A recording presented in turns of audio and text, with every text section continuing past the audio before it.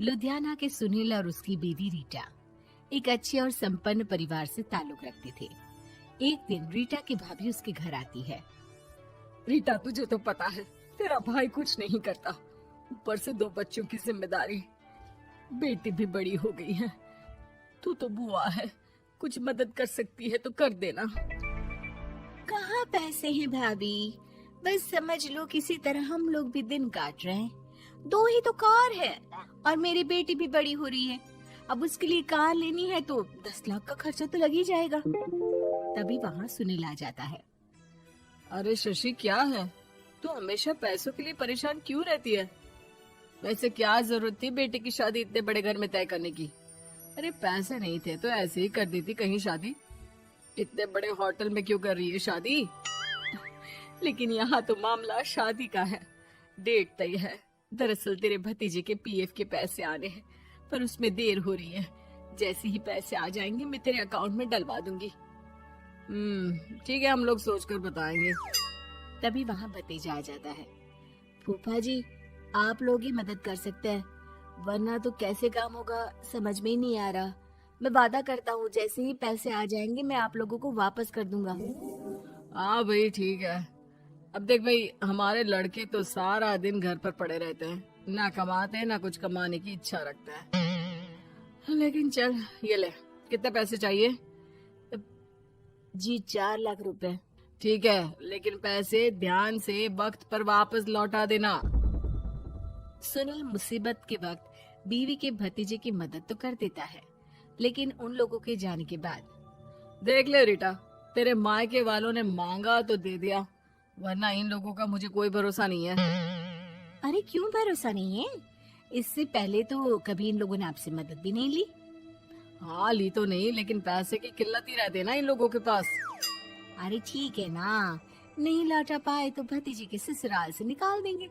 सुना है बड़े घर में शादी हो रही है। सुनील और रीटा पैसे तो दे देते हैं, लेकिन अगले रोज ही। हाँ भाई साले साहब, क्या हाल है? ठीक हूँ जीजा जी। क्या बात है, सालों बाद आपका फोन, जरूर कोई बात होगी, बताइए ना। अरे वो तेरी बड़ी भाभी आई थी, बेटी की शादी कर रही है ना, तो पैसे लेने के लिए मैंने दे दिए 4 लाख। सोचा भाई किसी गरीब की बेटी की शादी हो रही है, पुण्य मिल जाएगा। अच्छा किया जीजा जी, उनका बेटा बहुत मेहनती है, जल्द ही लौटा भी देगा। वहीं रीटा भी फोन करके हर किसी को पैसे देने की बात करती है। रीटा की भाभी शशि के पास उसके भाई का फोन आता है। तूने सुनील से पैसा लिए हैं क्या? नहीं भाई, सिर्फ बात की है, बोल तो रहा है कि दे देगा। वो लोग मदद करने वालों में से नहीं है, और मदद कर भी दे लेकिन समाज में गा गा कर हालत बुरी कर देते हैं। अब गाने दीजिए ना भाई, मैं क्या कर सकती हूँ, मेरे पास कोई ऑप्शन भी तो नहीं है। बेटी की अगले हफ्ते शादी जो है। शशि की बेटी की शादी हो जाती है, लेकिन शादी के 1 महीने बाद ही सुनील का फोन भतीजे के पास आता है। हाँ भाई, शादी तो हो गई हम लोगों की दुआ से। अब देख, ऐसा ही फायदा होता है पैसे वाले रिश्तेदार हो तो। तेरे वक्त पर हम कैसे खड़े हो गए थे, लेकिन अब पैसा लौटा दे भाई। जी, मैंने पीएफ के लिए अप्लाई कर दिया था, उसकी नोटिफिकेशंस मैं आपको भी भेज देता हूँ। मुझे लगता है 10 दिन में पैसे आ जाना चाहिए। जैसे ही पैसा आएगा मैं आपके अकाउंट में डाल दूंगा। और ना जी ना, कोई नोटिफिकेशन नहीं चाहिए, पैसा चाहिए, पैसा। ठीक है अंकल, बस 10 दिन का समय दे दीजिए। अभी हफ्ता भी पूरा नहीं होता कि भतीजे के पास उसके गांव के दूर के चाचा का फोन आता है। अरे बेटा, क्या बात है, सुनील के कोई पैसे ले रखे हैं तो दे क्यों नहीं देता? हाँ चाचा जी, बात तो हुई थी, 10 दिन का वक्त मांगा है, उम्मीद है हो ही जाएगा। अरे फोन कर रहा है, रोज बता रहा था कि बेटी की शादी में मदद की थी। अब क्या है ना, भले ही शादी 10 दिन रोक देते, लेकिन सुनील से मदद नहीं लेनी चाहिए थी। याद है ना, मधु की मदद करके कितना बदनाम कर दिया था उसने पूरे घर को सोसाइटी में। हाँ चाचा जी, मैं भी यही सोच रहा था कि उन लोगों से मदद नहीं लेनी चाहिए थी। कई लोगों के फोन आ चुके हैं। वही रीटा अपनी भाभी को फोन कर देती है। क्या है भाभी, कब पैसे लौटाओगी? पता है ना ये कितना बोल रहे थे, तुम्हारे बोलने पर मैंने पैसे दिए हैं। भाभी अब तो आपके बेटे की कार बेच दो और हम लोगों के पैसे दे दो। अरे लेकिन रीटा, बात तो 3 महीने की हुई थी ना, अभी तो 2 महीने भी नहीं हुए पैसा लिए, थोड़ा तो सब्र करो। नहीं नहीं भाभी, वैसे मेरा बेटा टिक्कू आ रहा है आप लोगों के घर रहने के लिए, उसको अच्छे से खिलाना पिलाना, समझी? भाभी को समझ में नहीं आता कि वो क्या करे। वो बेटे से बात करती है। अरे माँ, इन लोगों से मदद लेकर सच में बहुत बड़ी गलती कर दी। मुझे खुद समझ में नहीं आता कि कैसे इन लोगों के पैसे जल्द से जल्द दे दूं। तभी डोरबेल बजती है और रीटा का बेटा टिक्कू घर में आता है। आओ बेटा, मामी के घर पहली बार आए हो रहने? आप पापा बोल रहे थे कि आप लोग पैसे का ब्याज तो दे नहीं पाओगे, तो तब तक मैं यहीं रह लूं।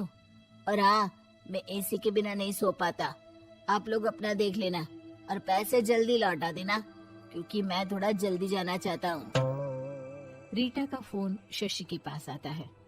भाभी, पैसे कब तक दोगे? बेटे की विदाई के बाद शशि के घर का माहौल बिल्कुल बदल जाता है।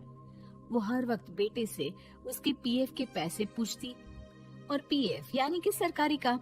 आजकल में पूरा 1 महीना और बीत जाता है। भाभी, मैं और ये अमेरिका जा रहे हैं, घूमने के लिए पैसों की बहुत जरूरत है। रीटा, मैं पूरी कोशिश कर रही हूँ कि जल्द से जल्द पैसे का इंतजाम कर दूं, लेकिन पक्का नहीं बोल सकती। तभी सुनील का फोन भतीजे के पास आता है। देख माना 3 महीने की बात हुई थी पैसे लौटाने के लिए, लेकिन अभी मुझे पैसों की काफी जरूरत है। मैं अमेरिका जा रहा हूँ, तो पैसे मैंने किसी से ब्याज में पकड़ लिए हैं। तू हर महीने 4 लाख का 20,000 ब्याज डाल देना मेरे अकाउंट में। सुनील फोन रख देता है, लेकिन भतीजा काफी परेशान हो जाता है। वो ऑफिस से शाम को घर आता है कि माँ पूछती है, क्या हुआ बेटा? बेटा माँ को सारी बात बता देता है। माँ भगवान के सामने हाथ जोड़कर खड़ी हो जाती है और रोने लगती है कि तभी बेटे का मोबाइल पर मैसेज बजता है। माँ, पीएफ के पैसे आ गए। और वो ऑनलाइन ही सुनील के पैसे वापस कर देता है। भला हो भगवान का। लेकिन आज एक बात तो समझ में आ गई, मदद हमेशा उन लोगों से लो जो मदद के बदले आपसे मदद में दी गई रकम ही वापस लें, ना कि समाज में आपकी इज्जत।